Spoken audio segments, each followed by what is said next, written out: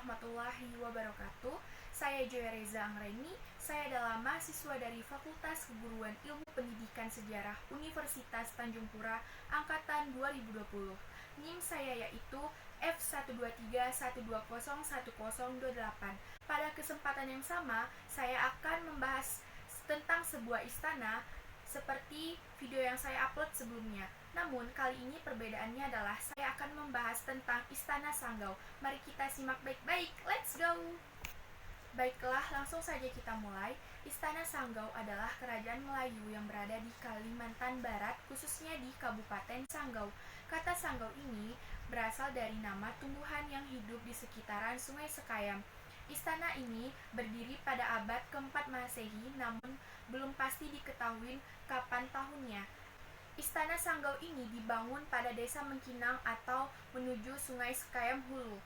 Istana ini juga memiliki catatan sejarah di mana ada seorang wanita dari kerajaan Sukadana bernama Daradante sedang mencari suaminya yang bernama Babai Cinga dari suku Dayak.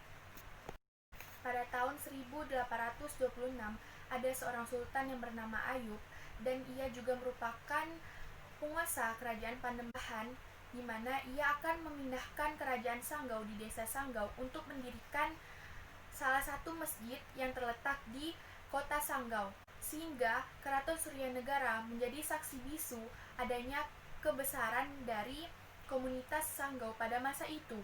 Ketika kerajaan dikuasai oleh Panembahan Kusuma Negara, dibuat sebuah kesepakatan di mana pemerintahan kolonial Belanda menyewa tanah di daerah di sekitaran Sungai Sekayam Hulu. Istana ini juga terbagi menjadi beberapa bagian seperti adanya rumah kuta, rumah induk, atau kantor tempat tinggal raja. Rumah kuta berarti rumah besar yang berfungsi sebagai benteng pelindung kota Sanggau, dan bangunan ini memiliki keluasan sekitar 1118 meter persegi. Di rumah kuta terdapat ada 6 pilar, di mana pilar ini menjadikan suatu penggambaran keimanan. Rumah kuta atau Istana Suryanegara memainkan peran utama dalam kehidupan masyarakat di sekitarnya, di mana Istana Suryanegara ini adalah pusat pemerintahan dan pusat politik, sehingga orang-orang bebas datang ke istana untuk mengadu atau berbagi masalah serta mencari solusi akan masalah yang mereka hadapi. Istana juga masih banyak yang datang karena masyarakat Sanggau sangat merasa kesulitan bertemu dengan pejabat resmi pemerintahannya, contohnya seperti itu. Dan mereka juga berharap dapat berbicara dengan orang-orang yang memiliki keturunan keraton untuk bertindak sebagai perantara dari mereka. Kemudian ada juga beberapa rumah yang akan saya jelaskan di sini. Mari kita simak lebih lanjut. Yang pertama adanya rumah Raden Penghulu, difungsikan sebagai rumah para pangeran yang hidup di masa lalu melayani di Departemen Perkawinan atau Perceraian. Bangunan ini memiliki keluasan sekitar 417 meter persegi. Yang kedua adanya rumah tempat tinggal kerabat raja atau sering disebut dengan rumah tinggal. Bangunan ini memiliki keluasan sekitar 250 meter persegi.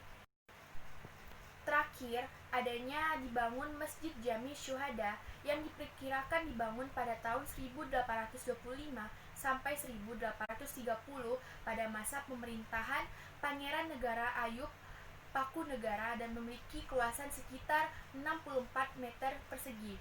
Istana Suryanegara juga tidak memiliki lukisan raja pertama. Hal ini disebabkan belum adanya teknologi untuk mengambil gambar. Selain itu, ada juga hal yang disebabkan karena Islam melarang orang untuk melukis gambar manusia dan ditempatkan lukisan tersebut di dinding istana. Panembahan Sulaiman adalah lukisan pertama milik Istana Suryanegara yang dibuat oleh pemerintahan Belanda pada awal tahun 1800-an. Islam juga melarang wanita untuk tampil di depan umum, sehingga ratu dan putri istana juga jarang muncul di acara kegiatan resmi kerajaan.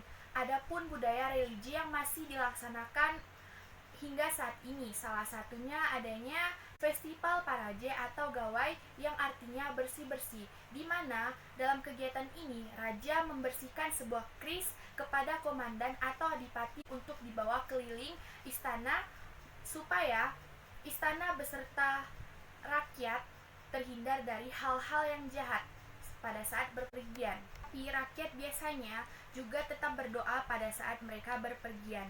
Selain itu, adanya acara doa bersama di mana acara ini dilakukan pada malam hari sebelum makan malam. Pada makan malam disajikan sebuah makanan yang bernama makanan cengkaro dan bubur sumsum. Sehingga hal ini sangatlah khas di malam yang akan dihadirkan pada budaya religi ini. Yang terakhir perlu kita ketahui adalah hubungan Keraton Suryanegara dengan keraton di Kalimantan Barat berjalan dengan baik. Setiap tahun raja-raja kerajaan dari seluruh kawasan Kalimantan Barat berkumpul untuk membahas masalah-masalah yang muncul serta mencari solusinya. Dari pertemuan raja-raja ini dapat kita simpulkan bahwa kita dapat bersinergi untuk membangun suatu kerajaan atau negara yang baik. Mungkin cukup sekian yang dapat saya sampaikan mengenai Istana Sanggau atau Istana Suryanegara ini. Maafkan saya apabila ada kesalahan kata dalam penyampaian ataupun ada kekurangan dalam penyampaian cerita ini. Akhir kata, saya pamit undur. Assalamualaikum warahmatullahi wabarakatuh. See you on next video. Bye-bye.